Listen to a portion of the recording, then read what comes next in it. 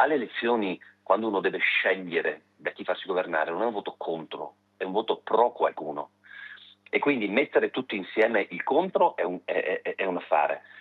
Mettere invece dopo, avere una maggioranza per chi invece è a favore di un governo che deve avere una sua coerenza interna, beh, è ben più difficile. C'è un 14%, definiamo di leghisti, elettori leghisti, che ha votato no. Prendiamole con le pinze, io guardo un dato oggettivo e lo dico sommessamente.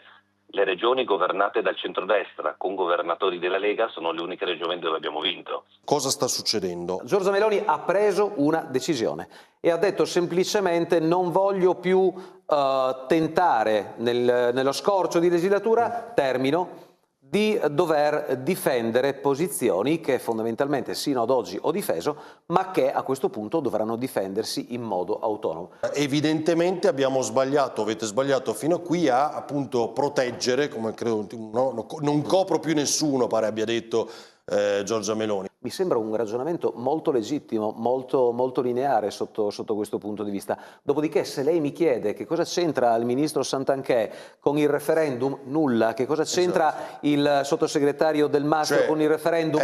Secondo me tecnicamente nulla, però non cade il governo.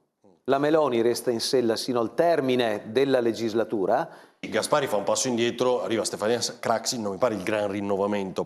Evidentemente c'era la necessità di fare un cambio, perché anche effettivamente il lavoro del capogruppo non è un lavoro da poco, c'era la necessità di fare un cambio. Non è una novità, però non ho visto tra i senatori seduti giovanissimi che possono magari prendere il posto di... Ci vuole anche un po' di esperienza, perché ovviamente l'aula, la conduzione dell'aula non è una conduzione che uno, come dire, si improvvisa.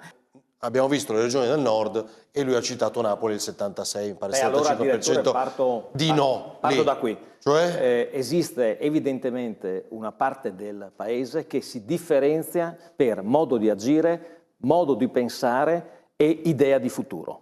Ovviamente è il nord del paese, la zona più industrializzata, con più sviluppo, che evidentemente non aspetta o non ha quelle aspettative che hanno altre zone del paese. In altre zone del paese alcuni partiti, che qui stasera non sono rappresentati, hanno fatto promesse che, se verranno considerati, riproporranno il reddito di cittadinanza. Le 5 Stelle. Sì. E quindi noi qui invece siamo dalla parte delle imprese, microimprese, aziende,